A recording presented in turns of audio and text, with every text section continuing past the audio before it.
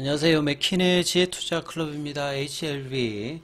미 국립보건에서 운영하는 이제 clinicaltrial.gov에서 베리스모 이제 신키르 310 임상 일상 개시 확인 같이 한번 살펴봐 드리고요. 생명과학, 제약, 테라피틱스 글로벌 차트론까지 같이 한번 살펴보도록 하겠습니다.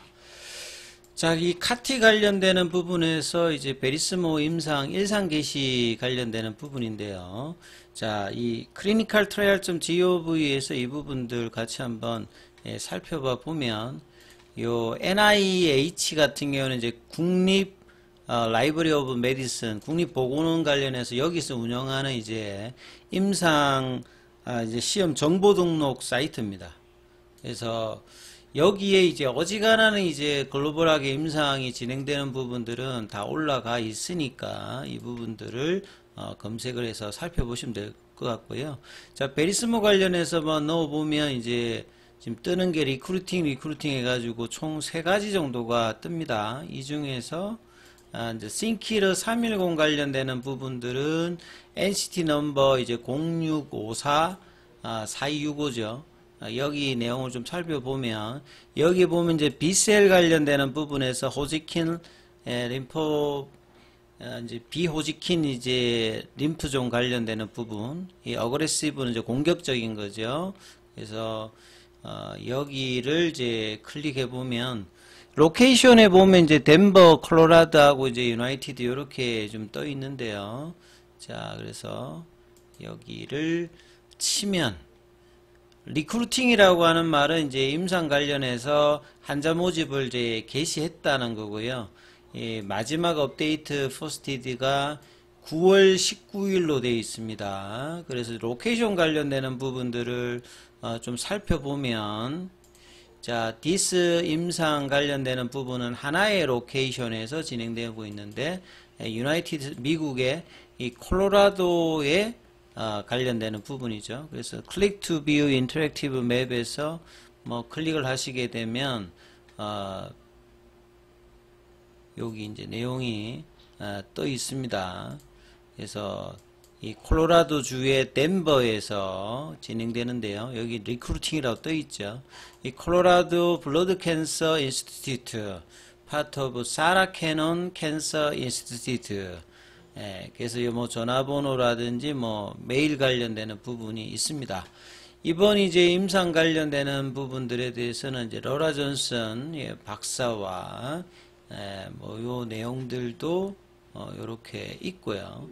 18명의 이제 임상 관련되는 부분과 인터벤션으로 진행되는 임상 일상이죠. 그래서 요 임상은 올해 10월 달에 이제 진행된다. 그러니까 실질적으로 이제 진행되는 것은 이제 액츄얼이 뜨는 거고요. 예상되어 있는 거는 이제 10월 달이라고 되어 있고 9월 19일에 이제 업데이트 되어 있던 부분들이 리크루팅으로 떠 있기 때문에 이 부분들을 생각하시면서 이제 뭐 기사 관련되는 부분 내용을 살펴보면 되겠죠. 그래서 이제 10월 8일 날 떠 있던 부분인데요. 베리스모의 주요 파이프라인이 이제 카티이기 때문에 이 부분이 굉장히 중요합니다. 그래서 내용을 좀 살펴봐 드리면 삼각합병으로 이제 베리스모 관련되는 부분에 기사가 뜨면 이제 이노베이션하고 이제 연결고리를 지으시면 되겠죠. 그래서 베리스모 테라피틱스가 미국의 콜로라도주의 이제 덴버의 혈액암 연구소 사라 캐논 연구소에서 임상 일상 코드명은 이제 셀트리알 뭐 301입니다. 그래서 카티 치료제 관련해서 재발성 카티는 이제 한 번만 사실은 이제 투입을 하고 계속 반복을 하지 않기 때문에 기존에 이제 카티 치료를 받았으나 재발했던 그 다음에 불응성이라고 하는 말은 약에 이제 카티를 한 번 하게 되면 기존 카티 치료제에 그 반응을 하지 않습니다. 그렇기 때문에 이제 불응성 비세포 비호지킨 림프종 영어 좀 어려운데 좀 쉽게 설명을 해드리면 혈액암입니다. 혈액암인데 림프종이니까 이제 림프에 이제 그 생기는 건데 혈액암은 쉽게 말해서 혈액 안에 혈액 세포들이 있잖아요. 대표적으로 뭐 B세포도 있고 T세포도 있고 자연살의 세포도 있는데 이게 다 백혈구입니다. 백혈구. 쉽게 생각하면 백혈구의 종류인데 이게 이제 암세포화 되어서 비정상적으로 이제 많아지는 거죠. 예, 혈액 속에서. 그렇기 때문에 이제 이런 부분들이 생기는 건데 특히나 이제 림프종 같은 경우에는 이제 비호지킨이 있고 호지킨 이렇게 두 가지 종류로 나누어지는데 여기에서도 이제 뭐 비호지킨이 한 75종류 정도? 예, 이렇게 I형이 여러 가지가 있습니다.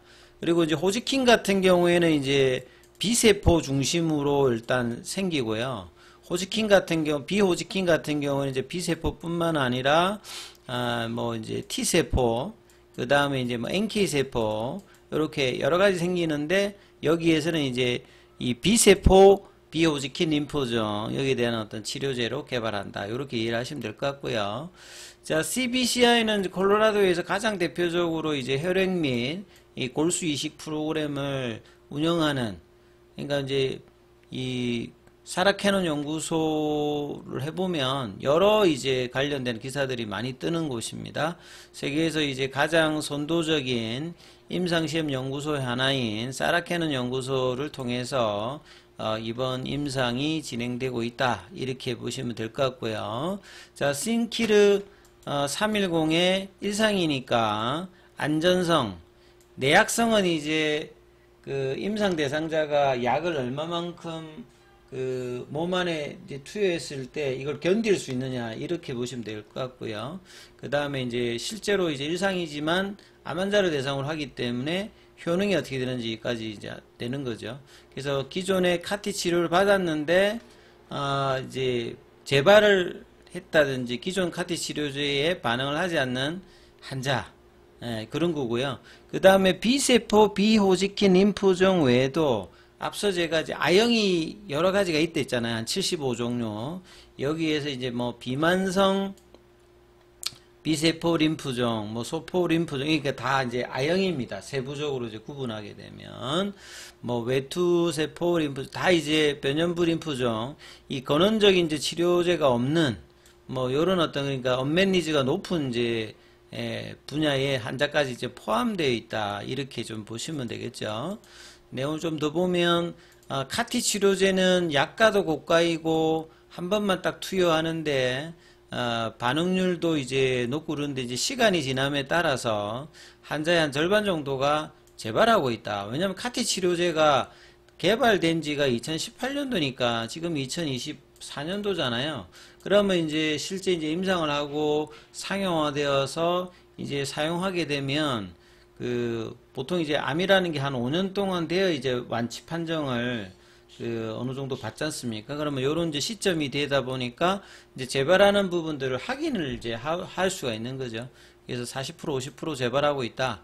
이 같은 현상은 T세포 효과의 장기 지속성이 떨어지고 있다. 예.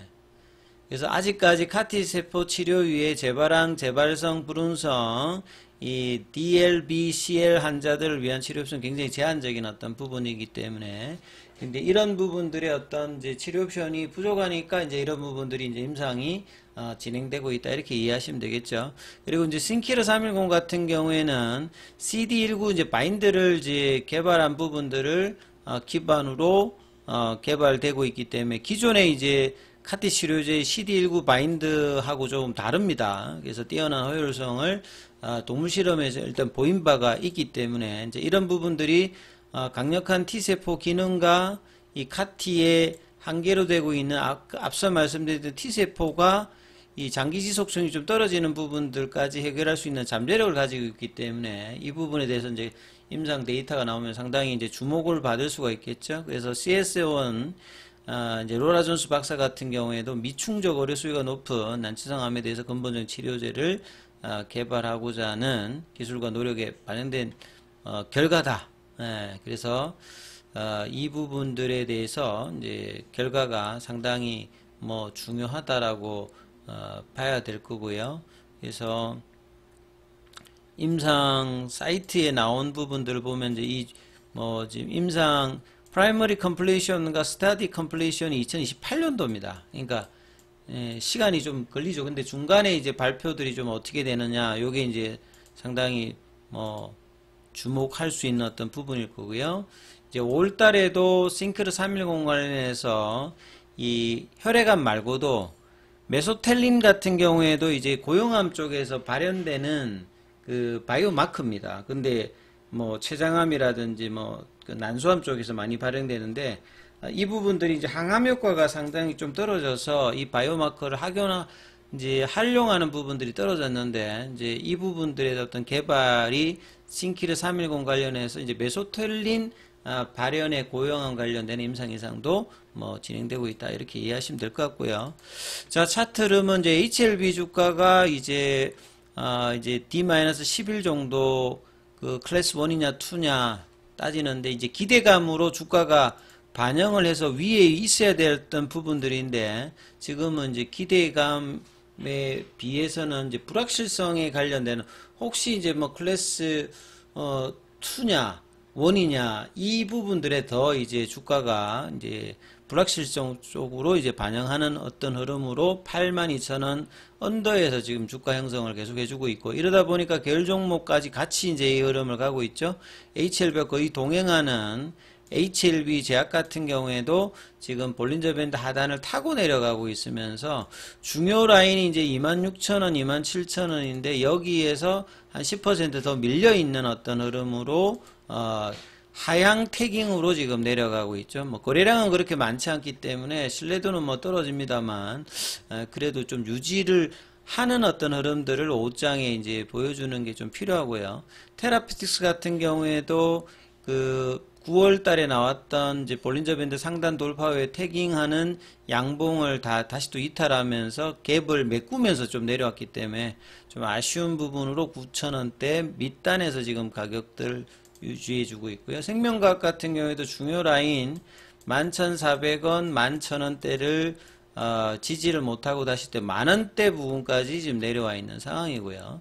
테라피틱스도 마찬가지고, 이제 글로벌 같은 경우도 5,000원 언더에서 오늘 볼린저 밴드 하단 이탈 흐름까지 지금 내려와 있는 상황입니다. 역시 거래량은 다 지금 작은 상태에서 지금 가격만 소폭 좀 내려가는 상황. 이노베이션이라든지 바이오스도 마찬가지고 파나진 정도가 지금 강보합권 정도 유지해주고 있는데요.